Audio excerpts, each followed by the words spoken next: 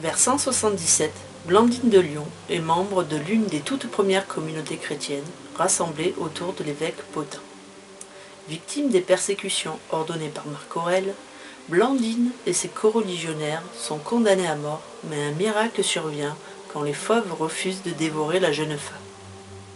Blandine souffre toutes sortes de tortures sans jamais renier sa foi et répète inlassablement « Il ne se fait rien de mal chez nous ».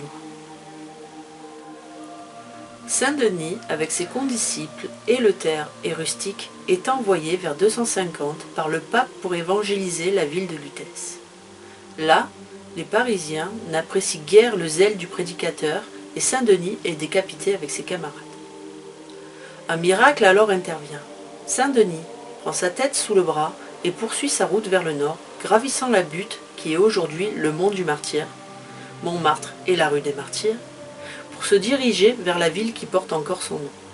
Selon la tradition, Saint-Denis est le premier évêque de Paris. Saint-Martin est un officier des légions romaines affecté en Gaule. Un épisode célèbre nous le montre partager sa cape avec un mendiant transi de froid.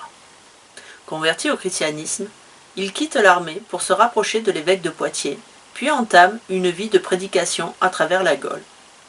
En 371, il est fait évêque de Tours et il fonde une abbaye, centre spirituel, à partir duquel Saint-Martin travaille inlassablement à évangéliser la Gaule païenne, jusqu'à sa mort en 397. Évangéliser la Gaule, c'est le patient travail de tous ceux qui, après Saint-Martin, portent la bonne parole dans des régions encore très largement païennes. Moines et évêques n'hésitent pas à utiliser la manière forte et au cours du 5e siècle, l'Église entreprend de détruire tous les lieux sacrés des anciens Celtes.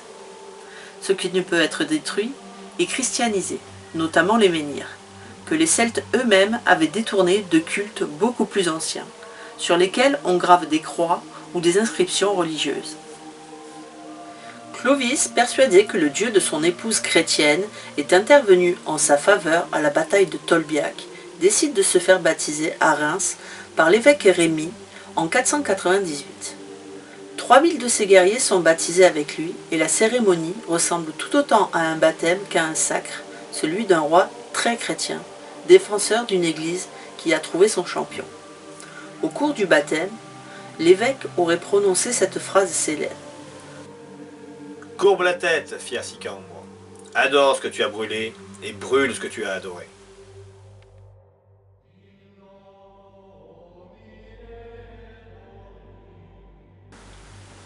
Fille aînée de l'Église, la France ne l'est pas depuis le baptême de Clovis, mais depuis Pépin le Bref. Sacré roi par le pape Étienne II en 754, peu après, un autre pape fait transférer à Rome les reliques de Sainte Pétronille, fille spirituelle de Saint Pierre, et les place dans une chapelle dédicacée au roi des Francs. Depuis, la tradition désigne Sainte Pétronille comme la protectrice du regnum franco-rome. Pépin le Bref a été sacré une première fois en 751 à Soissons par les évêques, ce qui en fait le premier roi de droit divin. Cette reconnaissance par l'Église du roi des Francs exige une contrepartie, à savoir la protection des intérêts du pape et de la chrétienté occidentale. Pépin se fait donc le défenseur de l'Église, si bien que le pape Étienne II vient lui-même à Saint-Denis en 754 pour sacrer une deuxième fois le carolingien et renouveler l'alliance du trône et de l'autel. Les États pontificaux sont un merveilleux cadeau fait par Pépin le Bref au pape en 754. Le roi des Francs offre en effet au Saint-Siège, par le traité de Chieri, de nombreux territoires du nord de l'Italie, conquis au détriment des Lombards et dénommés patrimoine de Saint-Pierre. Cette donation, confirmée plus tard par Charlemagne, fait du Saint-Siège une puissance, non seulement spirituelle, mais également terrestre. Outre les villes de Rome ou de Ravenne, le pape possède désormais un véritable royaume. Charlemagne est un roi chrétien soucieux de convertir les peuples, ce qui ne fait pas toujours avec la plus grande charité. Sa longue lutte victorieuse contre les Saxons de Widukind s'achève en 785, et le roi des Francs exige de ses ennemis qu'ils abandonnent leurs idoles et se convertissent au christianisme.